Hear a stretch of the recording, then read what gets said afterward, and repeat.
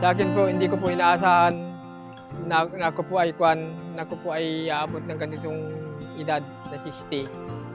Dahil po siguro sa marami na pong nangyari sa buhay ko na karanasan, mga sakit, mga hirap, pero sa awa ng Panginoon, hindi na ako pinabayaan.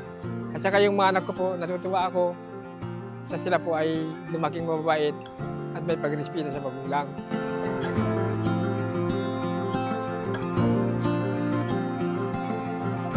Salamat po sa Panginoon kahit pa paano, bawat panganak ko nito.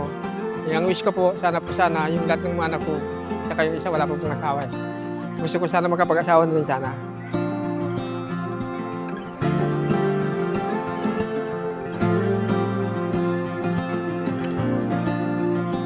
Pero maganda po ang unity ng magkakapatid. Maayos po sila, nag-uusap po silang maganda kung anong magandang programa. Wala po yung sa kanila. Wala po yung, ay kamanong ganito, ikaw kuya, ganitong binigay. Wala. Kung sino pong mayroon sa kanila, yun po ang gumagalaw.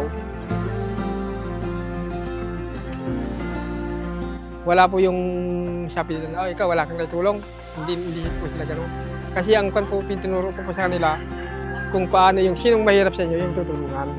Pantay-pantay yung bansabi ko sa kanila. Para pare-parehas kayong mag-aawang sa hirap. Kasi galing po kami sa mahirap, sir. Kaya lang, sir, eh. Parang, nung panahon ng kailangan na naisip ko, hirap. Ang hirap namin minsan, pero hindi ka magbahay. Yung asawa ng Diyos.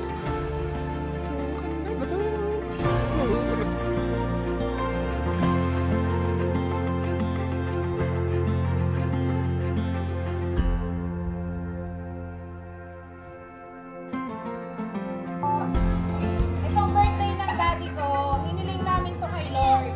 Sa lahat ng mga pinagdaanan niya, sa lahat ng hirap niya, sa sakit na naranasan niya, na hanggang ngayon, minsan sumusupot ko.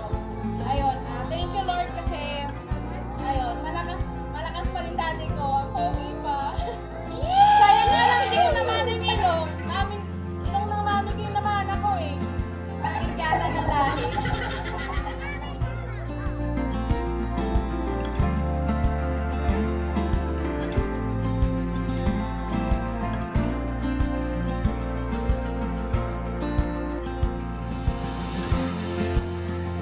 Sa aking mahal sa asawa, nalangin ko nga sa Panginoon na haba pa ang kanyang buhay at pareho namin mahintay ang pagdating ng Panginoon. Ang aking mga anak, maraming salamat din sa kanilang mabubuting loob, kabaitan, lahat na dyan na sa kanila. Maraming salamat sa kanila. At sa mga bisitang dumalo, maraming salamat sa lahat. Ang wish ko lang sa sarili ko, sir, sana po ay medyo tumagal pa yung buhay ko. Gusto ko pang isang makapag-asawang anak ko at makita ko pa pong makapagpamilya. Yan po ang wish ko at yung mga apo ko at mapalaki ko pa rin po ng maayos bago ko mawala sa mundo. Pagwakunin ng Panginoon.